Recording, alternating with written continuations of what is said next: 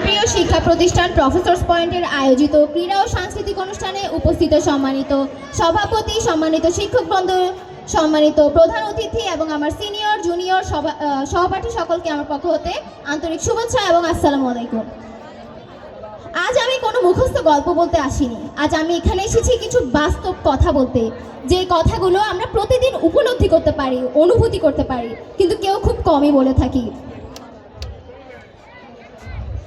একবার কল্পনা করুন, একজন শিক্ষার্থী রাত জেগে পড়াশোনা করছে, কোচিং করছে, পরীক্ষায় A+ পাচ্ছে, কিন্তু তখন যাকে জিজ্ঞাসা করা হচ্ছে তুমি জীবনে কি হতে চাও, তখন সে উত্তর দিল আমি এখনো জানি না।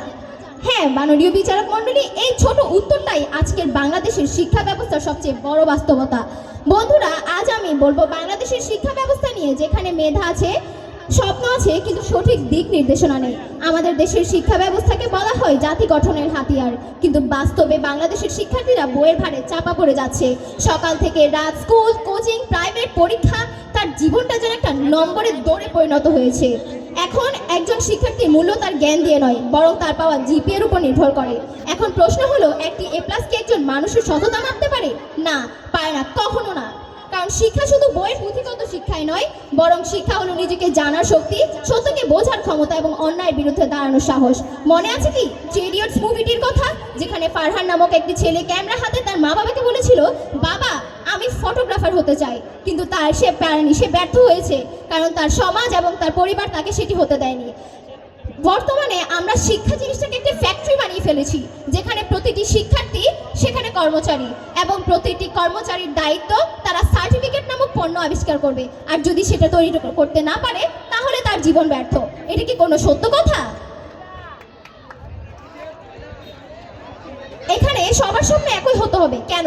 কেউ বড় হয়ে ডাক্তার হবে, তো কেউ ইঞ্জিনিয়ার, আর কেউ যদি বলে আমি বড় হয়ে শিল্পী হতে চাই, তখন সমাজ তাকে বলবে ওতে ভবিষ্যৎ নেই। কেন?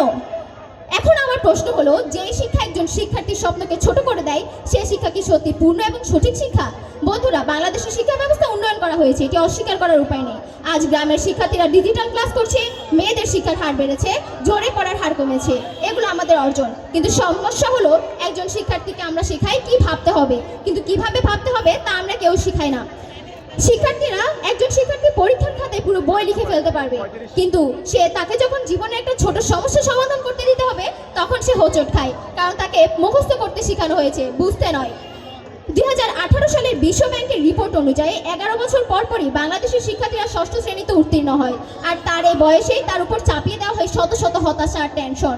সে যে বয়সে কিছু বুঝতে শিখবে, তখন তাকে বলা হয় বইগুলো মুখস্থ করো। কেন?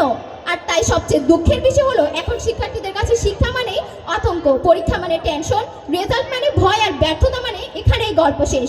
যোগ্যতা নির্ধারণ করতে পারে না।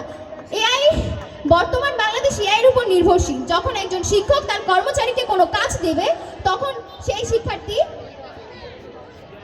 শিক্ষার্থী AI দিয়ে SWT করে আনে। এটি কি কোনো বাস্তবতা হতে পারে? এটি কি কোনো উন্নত দেশের কথা হতে পারে? না। তাসিয়া, শেষ করো। আমি তাসিয়াকে অনুরোধ জানাবো, তোমার বক্তব্যের যে বিষয় ছিল, আগে বিষয়টা বলো। তোমার বক্তব্যের বিষয় কি ছিল? বাংলাদেশের শিক্ষা ব্যবস্থা, আমরা এমন একটি শিক্ষা চাই যেখানে ক্লাসরুমে শুধু বই নয়, জীবনের কথাও শেখানো হবে, যেখানে শিক্ষার্থীদেরকে রোবট নয়, বরং পরিশ্রমী ও দক্ষ মানুষ হিসেবে গড়বে, যেখানে সৃজনশীলতা অপরাধ নয়, বরং প্রশংসিত হবে।